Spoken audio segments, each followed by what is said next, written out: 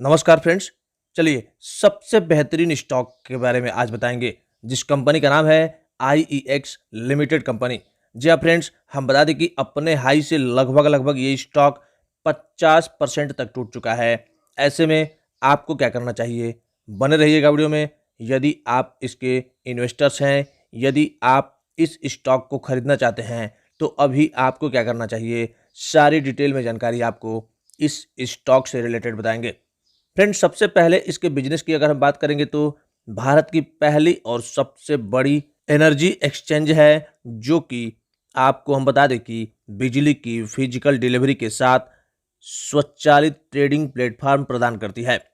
अपने energy trading business में देखा जाए तो कंपनी का लगभग 95% मार्केट शेयर के साथ अपने सेक्टर में एकाधिकार कब्जा देखने को मिलता है, जिस वजह से जैसे जैसे एनर्जी की ट्रेडिंग बढ़ती जा रही है, उसी अनुसार कंपनी को भी इसका सबसे ज़्यादा फायदा मिलता हुआ देखने को मिल रहा है। जी हाँ फ्रेंड्स, पिछले कुछ सालों से लगातार मार्केट में देखें तो पावर और इलेक्ट्रिसिटी की डिमांड बढ़ती जा रही है, जिससे आईईएक्स को एक ज़्यादा ग्रोथ देखने को मिल सकती है।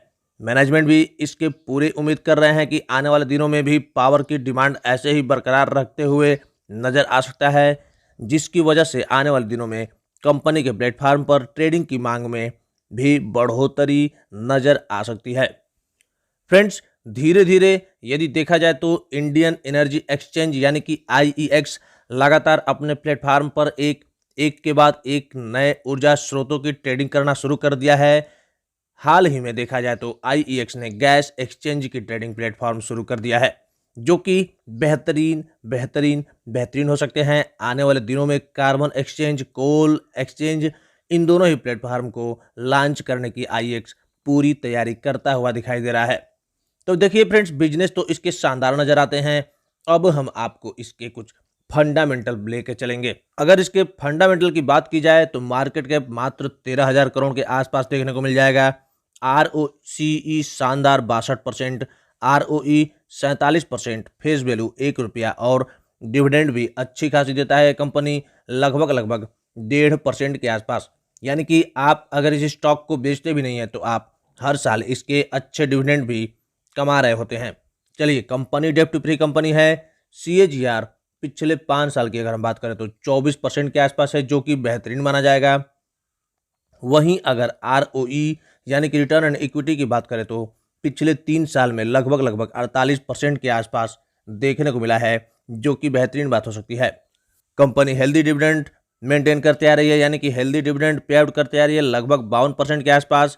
कंपनी के सेल्स मीडियम है, 16% के आसपास ग्रोथ कर रहे हैं पिछले 10 सालों में, जो कि ये भी एक एवरेज माना जाएगा।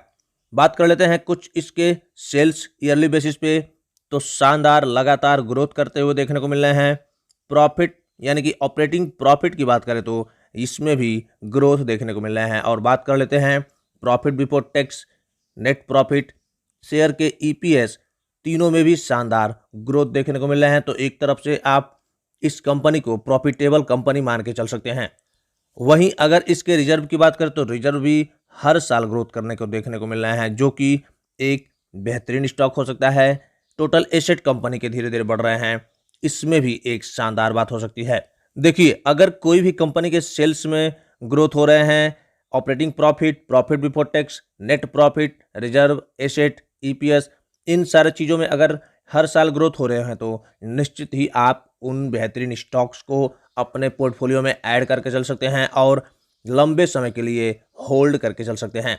जी हाँ फ्रेंड्स, बढ़िया रिटर्न देंगे वो सारे स्टॉक्स। चलिए, इसके अगर हम शेयर होल्डिंग पैटर्न की बात कर लेते हैं तो प्रमोटर्स इसमें बिल्कुल भी नहीं है। FII 15%, DII 21%। बात कर लेते हैं पब्लिक, इसमें 62% के आसपास है।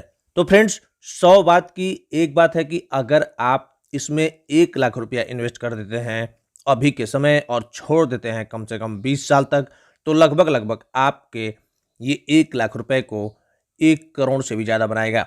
जी हाँ फ्रेंड्स, ऐसा मैं नहीं, ऐसा एसआईपी कैलकुलेटर कहता है। अगर आप इसके इन्वेस्टर्स हैं तो आपको हर गिरावट में इसमें खरीदना चाहिए, और अगर आप इसको लेने की सोच रहे हैं तो यह समय सबसे बढ़िया मौका है इस स्टॉक को लेने के लिए। तो आप इस स्टॉक को चुपचाप लेकर के कम से कम 20 साल तक तो छोड़ ही दीजिएगा।